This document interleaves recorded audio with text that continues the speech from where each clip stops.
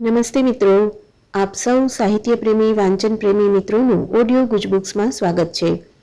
અત્યારે આપણે વાંચી રહ્યા છીએ સદગુરુ દ્વારા લિખિત પુસ્તક મૃત્યુ. અત્યાર સુધીમાં આપણે પ્રકરણ 1થી 10નું વાંચન પૂરું કર્યું.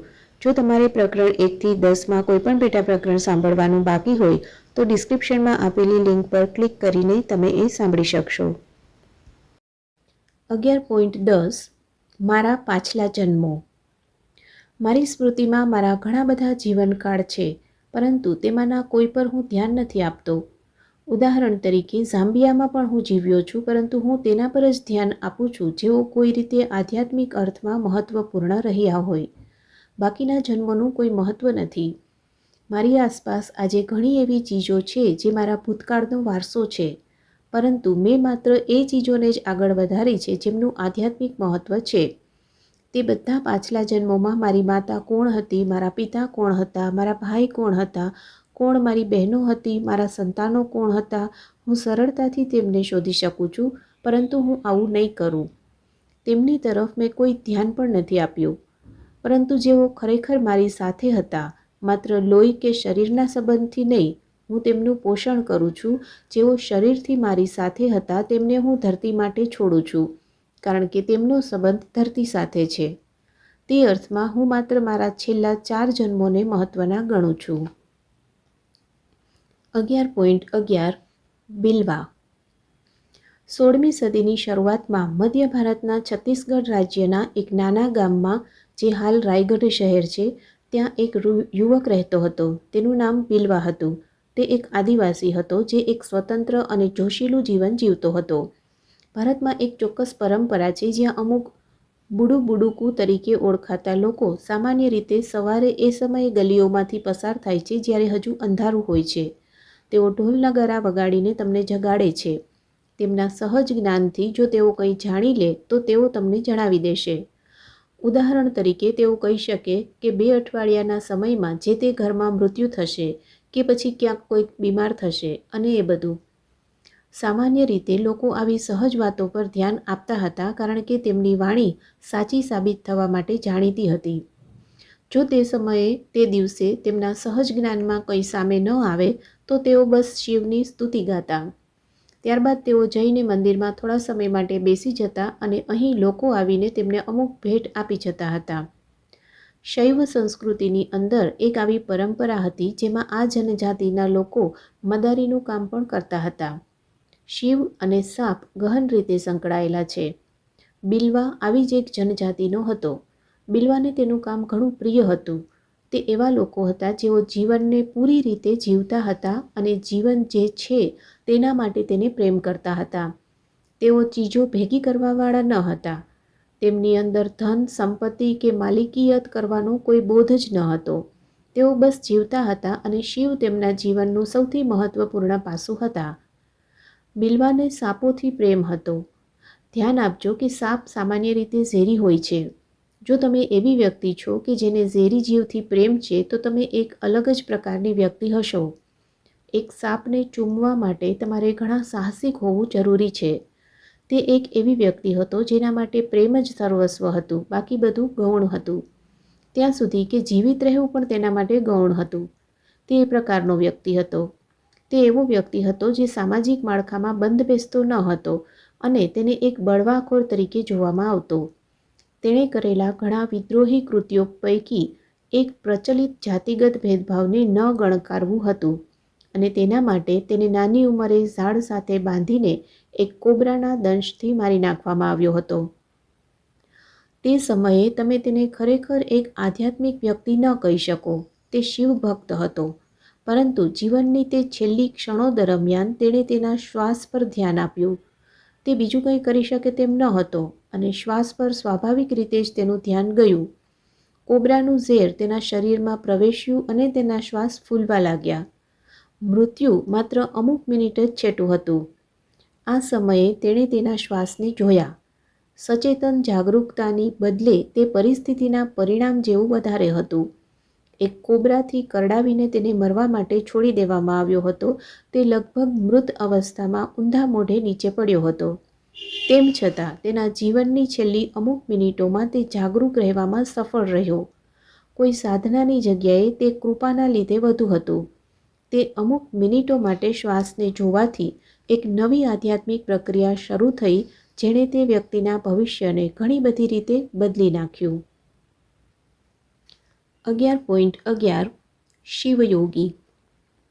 પોતાના આગામી 2 જન્મમાં તેઓ પરમ પ્રકૃતિના એક અત્યંત ગહન સાધક હતા. શિવ તેનો માર્ગ હતા.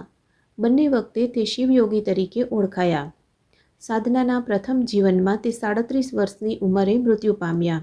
તેમને કોઈ બીમારી ન હતી, માત્ર ભૂખ અને તીવ્ર સાધનાએ તેમની સાથે આવું કર્યું હતું. તેઓ આત્મજ્ઞાની તરીકે ન મર્યા, પરંતુ તેઓ પૂરી ગરિમા સાથે મૃત્યુ પામ્યા. તે રડતા, કકડતા કે બરાડા પાડતા ન મર્યા, પરંતુ સાધનાનો પ્રયત્ન કરતા, ધ્યાની બનવાના પ્રયાસમાં મૃત્યુ પામ્યા. બીજી વખત તેણે પ્રમાણમાં સારું કર્યું. તે 55 વર્ષની ઉંમર સુધી જીવ્યા. તેમણે તનતોડ સાધના કરી, પરંતુ તેમ છતાં અંતિમ બોધ થયો ન હતો.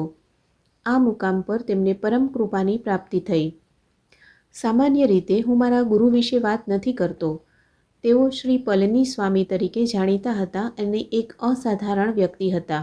તે તેમનું વાસ્તવિક નામ ન હતું, પરંતુ તમિલનાડુના પલની નગર પાસે તેમણે સમાધિની અમુક ચોક્કસ અવસ્થા પ્રાપ્ત કરી હતી, તેથી તેમને એ નામથી ઓળખવામાં આવતા હતા. લગભગ 2.5 વર્ષ સુધી તેઓ તે અવસ્થામાં રહ્યા હતા. ત્યારબાદ તેમણે સમગ્ર દેશમાં ભ્રમણ કરીને ઘણા લોકોને આત્મજ્ઞાન કરાવ્યું હતું. શિવયોગીના બીજા જીવનકાળમાં તેઓ તેની પાસે આવ્યા અને એક અસહાય સાધકને તેમની કૃપા પ્રદાન કરી. જ્યારે આ શિવયોગીએ તેમને જોયા તો ઓળખી લીધા કે એ જ તેમના ગુરુ છે. તે પહેલાં તેઓ કોઈપણ મનુષ્યને તેના ગુરુ તરીકે સ્વીકાર નહોતા કરતા. તેના માટે શિવ જ એકમાત્ર ગુરુ હતા. તે ઈચ્છતા હતા કે શિવ આવીને તેમને દીક્ષા આપે, પરંતુ જ્યારે તેમણે શ્રી પલની સ્વામીને જોયા તો ઓળખી લીધા કે તેઓ ચેતનાના શિખર પર છે અને તેમણે પોતાને તેમને અર્પિત કરી દીધા. પરંતુ હજુ પણ ક્યાંક ને ક્યાંક થોડો અવરોધ હતો, કારણ કે તેઓ પોતાને બીજા કોઈ વ્યક્તિને અર્પિત નહોતા કરી શકતા. તેઓ પોતાને પૂરી રીતે ખાલી શિવને જ સમર્પિત કરી શકતા હતા. તેથી કરુણાવશ ગુરુએ શિવનું સ્વરૂપ ધારણ કર્યું. શિવયોગીએ સમર્પણ કરી દીધું. શ્રી પલની સ્વામી તેને પોતાના હાથ કે પગથી પણ ન અડ્યા. તેમણે બસ પોતાની છડી ઉઠાવી શિવયોગીના આજ્ઞાચક્ર અથવા કપાળને સ્પર્શ કર્યો. તે ક્ષણે શિવયોગી તેની પરમ પ્રકૃતિને પ્રાપ્ત થઈ ગયા. ગુરુ સાથેનો આ સંપર્ક માત્ર અમુક કલાકો સુધી જ રહ્યો. ત્યારબાદ તેઓ ફરી ક્યારેય મળ્યા નહીં, પરંતુ તેઓ સતત સંપર્કમાં રહ્યા. શ્રી પલની સ્વામીએ વૈલ્યંગિરી પર્વતોમાં મહાસમાધિ પ્રાપ્ત કરી. કોઈ રીતે ધ્યાનલિંગની સ્થાપના માટે તેમણે શિવયોગીની એક યોગ્ય વ્યક્તિ તરીકે ઓળખ કરી અને આ કાર્ય તેને સોંપી દીધું. બોલીને નહીં, શબ્દોમાં નહીં, પરંતુ નિશબ્દ રૂપમાં તેમણે ધ્યાનલિંગની પ્રાણ પ્રતિષ્ઠા માટે જરૂરી અપાર ટેકનોલોજીનો સંચાર કરી દીધો. તેથી શિવયોગીએ ધ્યાનલિંગની પ્રતિષ્ઠા માટે કાર્ય શરૂ કર્યું. સીમિત સંસાધન અને સહયોગના અભાવને લીધે તે એ જીવનકાળમાં તેના ગુરુની ઈચ્છાને પૂરું ન કરી શક્યા.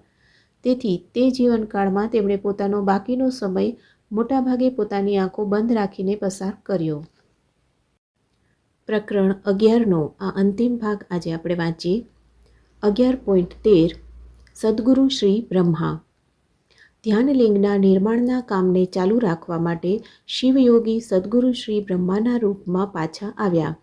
તેમણે તમિલનાડુમાં તે દિશામાં કામ શરૂ કર્યું. તેમણે રાજ્યમાં વ્યાપક રીતે યાત્રા કરી અને ઘણી નાની સંસ્થાઓ સ્થાપિત કરી, પરંતુ ધ્યાનલિંગ પર તેમનું કાર્ય કોઇમ્બતુરની આસપાસ કેન્દ્રિત હતું. અહીં તેમને લોકો તરફથી ઘણા બધા સામાજિક વિરોધનો સામનો કરવો પડ્યો, કેમ કે ધ્યાનલિંગ દિવ્યતાની સર્વોચ્ચ અભિવ્યક્તિ છે. તેથી તેમાં જીવનના બધા પાસા અને અભિવ્યક્તિઓ સામેલ છે. તો તેની પ્રાણ પ્રતિષ્ઠા માટે સ્ત્રીઓ અને પુરુષોને ઘણી તીવ્ર પ્રક્રિયાઓમાં સામેલ થવું પડે છે. જો એક પુરુષ અને સ્ત્રી સાથે બેસે તો લોકો માત્ર એક જ ચીજ વિશે વિચારી શકે છે. તો ઘણો બધો વિરોધ થયો અને તેમને હકીકતમાં તે સ્થળેથી ભગાડી દેવામાં આવ્યા. તેઓ ઘણા ક્રોધિત થયા, કારણ કે તેઓ તેમના ગુરુની ઈચ્છા પૂરી ન કરી શક્યા અને તેમણે પ્રચંડ ક્રોધાગ્નિમાં કોઇમ્બતુર છોડી દીધું. સદ્ગુરુ શ્રી બ્રહ્માના જીવનનો તે સૌથી ખરાબ સમય હતો, પરંતુ ઘણી રીતે તે સમયમાંથી સૌથી શ્રેષ્ઠ બાબતો બહાર આવી. ઘણા જીવનકાળની સાધના અને પછી ગુરુની અદ્ભુત કૃપાથી ઉત્સાહિત થયા બાદ તેમને બિલકુલ ખાતરી હતી કે જે કાર્ય કરવા માટે તેઓ નીકળ્યા છે તે પૂરું થશે. પરંતુ જ્યારે અત્યંત સાધારણ અને સામાન્ય લોકોએ, જેમને તેમણે ઓછા આંક્યા હતા, તેમની પાસેથી એ છીનવી લીધું તો તેઓ ક્રોધાગ્નિમાં બળવા લાગ્યા. તેમને એ સમજાયું કે અજ્ઞાનની તાકાતને ક્યારેય ઓછી ન આંકવી જોઈએ. તે ઘણી શક્તિશાળી છે અને મોટા ભાગના સમયે આ વિશ્વને તે જ ચલાવે છે. તમને લાગે છે કે તમારા જ્ઞાન, તમારા તેજ, તમારા આત્મજ્ઞાનથી ચીજો ઘટિત થશે, પરંતુ આત્મજ્ઞાની હંમેશા એકલા હોય છે, જ્યારે અજ્ઞાનીઓની ભીડ હોય છે. તેમાં ઘણી શક્તિ હોય છે. તેમણે વિશ્વમાં કામ કરવા માટે જરૂરી દુનિયાદારીને લગતી ગણતરીઓ કરી ન હતી. તેનું કારણ એ નહીં કે તેઓ આવું કરવામાં સક્ષમ ન હતા. તેમણે બસ એટલા માટે ગણતરીઓ ના કરી કે તેમને લાગ્યું કે તેમની આગ અને તેમનું જ્ઞાન કામ પૂરું કરી દેશે. પરંતુ દુનિયા હંમેશા એ રીતે કામ કરતી નથી. દુનિયાની ચીજવસ્તુઓને લગતા પાસાઓ, અલગ અલગ પ્રકારના મનુષ્યો, તે સૌને તેમના પ્રમાણે યોગ્ય રીતે સંભાળવા પડે છે, નહીંતર તે કામ નહીં કરે. અને આ એક મહત્વની શિક્ષા છે, એક એવો પાઠ જે હું મારા જીવનમાં એક ક્ષણ માટે પણ ભૂલ્યો નથી. તમે પોતાની અંદર દિવ્ય પ્રકાશ લઈને ચાલો તો પણ તમારી પાછળ અંધકાર રહેશે. તેથી જ્યાં સુધી તમે તમારી પાછળ ઘણા નાના નાના પ્રકાશ પેદા નથી કરતા, ત્યાં સુધી તમારે વારંવાર પાછળ વળીને જોતા રહેવું પડશે કે શું થઈ રહ્યું છે. સદ્ગુરુ શ્રી બ્રહ્મા એકલા હતા. તેમણે આમ તેમ અમુક લોકોને પ્રકાશમય બનાવ્યા હતા, પરંતુ તેમને એ પસંદ ન હતું કે કોઈ તેમની પાછળ ચાલે, તેથી તેઓ એકલા હતા. તેઓ એકલા હતા, તેથી તેમની પાછળ અંધકાર હતો અને તેણે તેમનો પીછો કર્યો અને તેમના જીવનનો ઉદ્દેશ્ય પૂરો કરવાથી તેમને રોકી દીધા. કોઈ પણ વ્યક્તિ માટે તે એક સારો પાઠ છે, ત્યાં સુધી કે સદ્ગુરુ શ્રી બ્રહ્મા જેવી તેજસ્વી વ્યક્તિ, જેઓ એવી ચીજો કરી શકતા હતા કે જેને માનવીય રૂપમાં અશક્ય માનવામાં આવતી હતી, તેઓ પણ તે કાર્યને પૂરું ન કરી શક્યા જેના માટે તેઓ આવ્યા હતા. અને તમે ભલે ગમે તેટલી ચીજો કરો, તેનાથી કોઈ ફરક નથી પડતો જો તમે એ ઉદ્દેશ્યને પૂરો ન કરી શકો કે જેના માટે તમે આગળ આવ્યા છો, તો તેને અસફળતા જ માનવામાં આવે છે. સદ્ગુરુ શ્રી બ્રહ્મા અસફળ થયા અને તેમને એ ગમ્યું નહીં. તેમને બિલકુલ ગમ્યું નહીં, કેમ કે તેઓ માત્ર એક લાગણી જાણતા હતા. તેથી તેઓ ક્રોધિત થઈ ગયા. તેઓ હંમેશા ક્રોધિત રહેતા હતા. કોઈ ચીજ કે વ્યક્તિથી નહીં, પરંતુ તેમના તીવ્ર અસ્તિત્વ માટે ક્રોધ તેમનું વાહન હતું. તે ક્રોધમાં તેઓ બસ આમ જ ચાલવા લાગ્યા, કોઈ ચોક્કસ દિશામાં નહીં. તેમની પ્રચંડતાને જોઈને કોઈની પણ હિંમત નહોતી થતી કે તેમની પાસે જાય. માત્ર તેમનો એક શિષ્ય વિભૂતિ તેમની પાછળ ગયો. સદ્ગુરુ શ્રી બ્રહ્મા 3-4 દિવસ સુધી સતત ચાલતા રહ્યા. તેઓ ખાવા, આરામ કરવા કે બેસવા માટે પણ રોકાયા નહીં. તે દરમિયાન તે શિષ્ય પાછળ ચાલતો અને તે જાણવાનો પ્રયત્ન કરતો કે ગુરુ કઈ દિશામાં જઈ રહ્યા છે. પછી તેમના માટે ભોજન રાંધીને દોડીને ગુરુ સુધી પહોંચીને તેમની સામે મૂકી દેતો અને પછી તેઓ ભોજન ગ્રહણ કરશે તે આશા સાથે ત્યાંથી ખસીને રાહ જોતો હતો. તેઓ ક્યાં જતા હશે? છેવટે તેઓ એ દિશામાં ચાલવા લાગ્યા જ્યાંથી તેમના પર કૃપાની સુગંધ આવતી હતી. તેથી તેઓ આંધ્રપ્રદેશ રાજ્યમાં કડપા નગર તરફ ચાલવા લાગ્યા. શરૂઆતમાં જ્યારે તેઓ ચાલવા લાગ્યા ત્યારે તેમણે વિચાર્યું પણ ન હતું કે તેઓ ક્યાં જઈ રહ્યા છે. તેઓ માત્ર તેમના મગજને થોડું ઠંડુ કરવા માટે આંખ આડા કાન કરીને ચાલી રહ્યા હતા. પરંતુ અજાણતા જ તેઓ એ દિશામાં ગયા, કારણ કે ત્યાં કડપામાં તે મંદિર હતું જ્યાં શ્રી પલની સ્વામીએ પોતે ઘણો સમય પસાર કર્યો હતો. કદાચ તેમણે તેની ફરીથી પ્રાણ પ્રતિષ્ઠા કરી હતી. તો સદ્ગુરુ શ્રી બ્રહ્મા તે દિશા તરફ ગયા. જ્યારે અંતમાં કડપાના તે મંદિરમાં તેઓ પહોંચ્યા, ત્યારે પણ તેમનો ક્રોધ શાંત નહોતો થયો. 4-5 મહિના વીત્યા બાદ પણ તેઓ ક્રોધિત હતા. કોઈ પણ સદ્ગુરુ શ્રી બ્રહ્મા અને તેમના શિષ્યની પાસે ફરકી શકતું ન હતું. એવું નહોતું કે તેમણે કાંઈ કર્યું હોય કે કોઈને નુકસાન પહોંચાડ્યું હોય, પણ તેઓ એટલા ઉગ્ર હતા, જંગલી જાનવરોથી પણ ઉગ્ર. જો તેઓ ખાલી બેઠા હોય તો પણ કોઈ તેમની પાસે જવા માગતું ન હતું. અમુક દિવસોમાં જ મંદિરના બધા પૂજારી જતા રહ્યા, કારણ કે તે જીવની પ્રચંડતાના લીધે તેઓ ત્યાં રોકાઈ ન શક્યા. સદ્ગુરુ શ્રી બ્રહ્મા જાણતા હતા કે તેમની પાસે વધુ સમય નથી. તેઓ જાણતા હતા કે અમુક કાર્મિક મર્યાદાઓને લીધે આગામી 2 વર્ષની અંદર તેમણે શરીર છોડવું પડશે. જ્યારે તેમનું મગજ થોડું શાંત થયું અને જ્યારે તેઓ નિષ્ફળતાની શરમ અને નાખુશીને થોડી ઓછી કરવામાં સમર્થ થયા, તો અમુક દુનિયાદારીને લગતી ગણતરી કરવા માટે તેઓ તૈયાર થયા. એક ઉગ્ર, પ્રચંડ રાક્ષસની પણ પરવા ન કરે તે પ્રકારના યોગીના રૂપમાંથી નીચે આવીને તેમણે એક અતિ વ્યવહારુ ગણતરી કરનારા અને એક નિયંત્રિત કરેલી અગ્નિ ધરાવતા વ્યક્તિનું રૂપ લઈ લીધું. તેઓ પોતાના શિષ્ય સાથે બેઠા અને યોજના બનાવી કે આગલા જન્મમાં ધ્યાનલિંગને કેવી રીતે સાકાર કરવામાં આવે. ત્યાં ઘણી બધી વાતો નક્કી કરવામાં આવી હતી, જેમ કે પ્રાણ પ્રતિષ્ઠામાં કોણ સામેલ થવું જોઈએ, તે લોકોએ ક્યાં, કોના ગર્ભમાં, કેવી રીતે અને ક્યાં સમય પર જન્મ લેવો જોઈએ. તેમણે જરૂરી દરેક પાસાઓ વિશે યોજના બનાવી અને વિઘ્ન નાખી શકે તેવી ઘણી બાબતોના સમાધાન નક્કી કર્યા. સદગુરુ શ્રી બ્રહ્માએ એ પણ નિર્ધારિત કર્યું કે તેમણે કયા પ્રકારની વ્યક્તિ તરીકે જન્મ લેવો જોઈએ, તેમનું ભૌતિક શરીર અને માનસિક અવસ્થા કેવી હોવી જોઈએ. દરેક ચીજ ત્યાં નક્કી કરી લેવામાં આવી હતી. ધ્યાનલિંગની આધારભૂત રૂપરેખા કડપ્પા મંદિરમાં તૈયાર કરવામાં આવી હતી. સદગુરુ શ્રી બ્રહ્મા ત્યારબાદ છેલ્લી વખત કોયમ્બતુર આવ્યા. તેઓ વેલયંગિરી પર્વત પર જઈને રહ્યા હતા, જ્યાં તેમના ગુરુની સમાધિ પણ છે. તે દિવસે તળેટીમાં ઘણા લોકો એકઠા થયા હતા. ત્યાં તે લોકો સામે તેમણે જાહેરાત કરી કે આ વ્યક્તિ પાછો આવશે. તેઓ છેલ્લી વખત પહાડ પર ચડી ગયા. હવે નિષ્ફળતા અને પોતાના ગુરુની ઈચ્છા પૂરી ન કરી શકવાના લીધે અત્યંત તીવ્ર અવસ્થામાં આવેલા સદગુરુ શ્રી બ્રહ્માએ અત્યંત દુર્લભ કાર્યને અંજામ આપ્યું. તેમણે એક સાથે 7 ચક્રોના માધ્યમથી તેમના શરીરનો ત્યાગ કર્યો.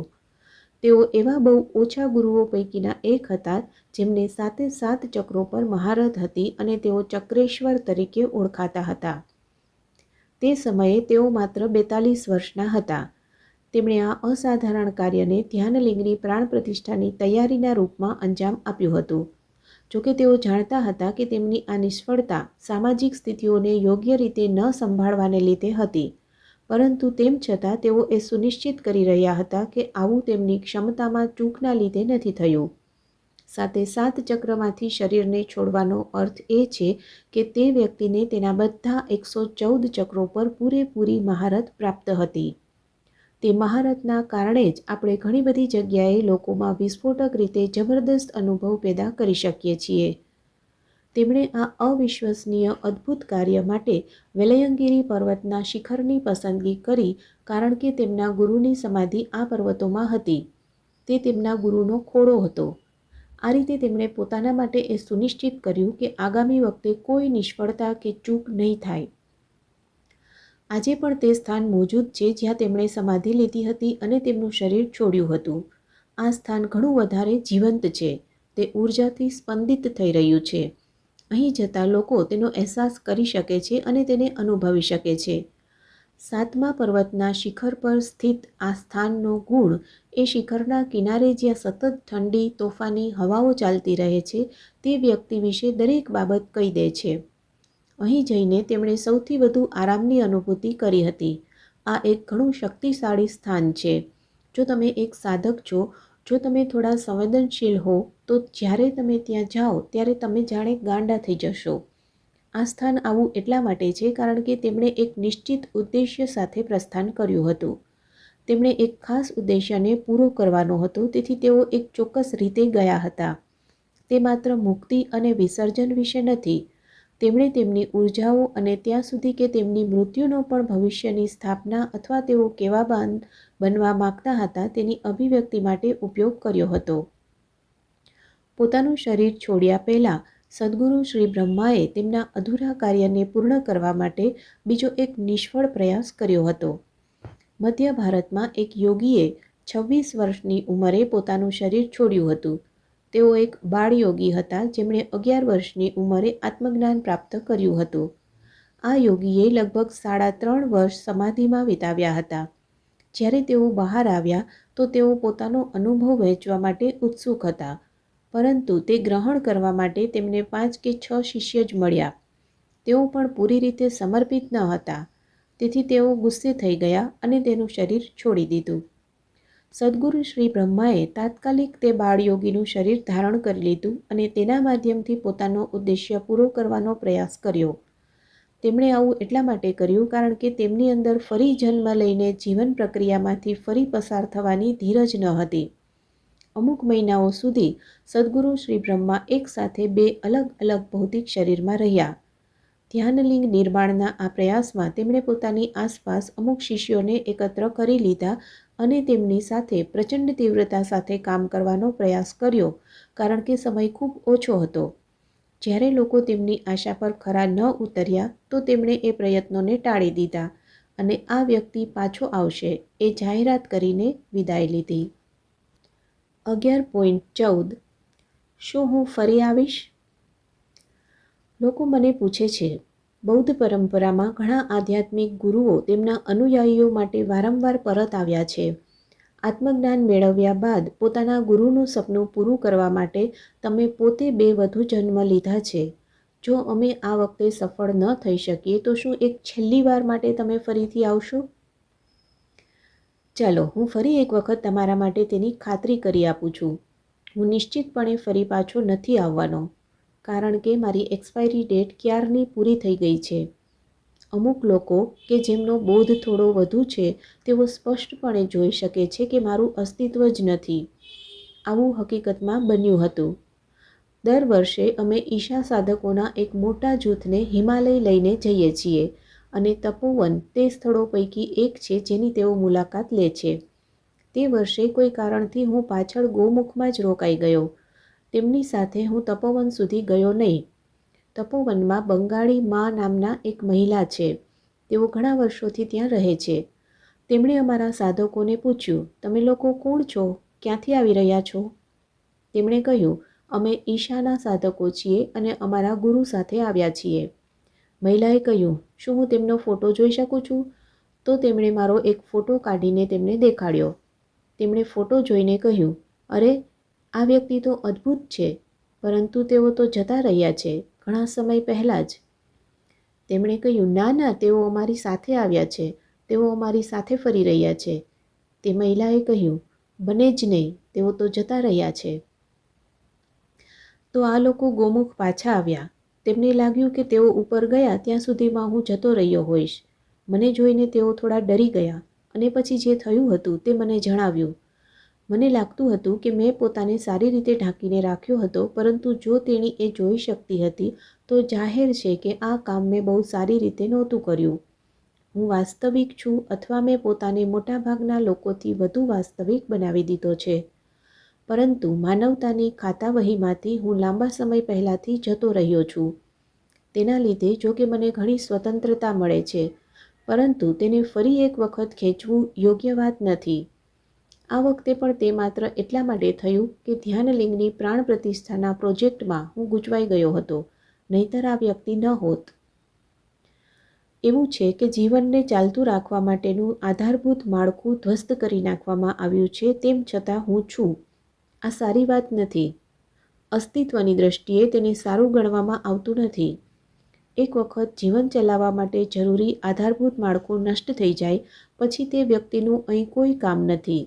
તેણે જતા રહેવું જોઈએ.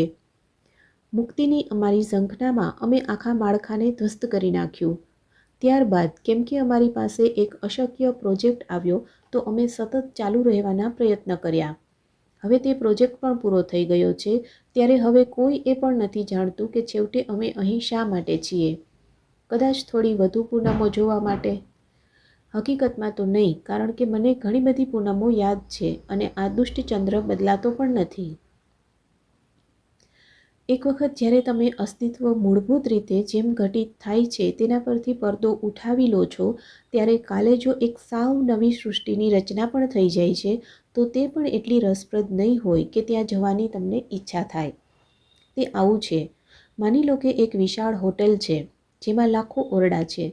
જો તમે ત્યાં એક ગ્રાહક તરીકે જાઓ છો તો તેઓ તમને એક ચાવી આપશે જેનાથી તમે માત્ર તમારો ઓરડો ખોલી શકો છો.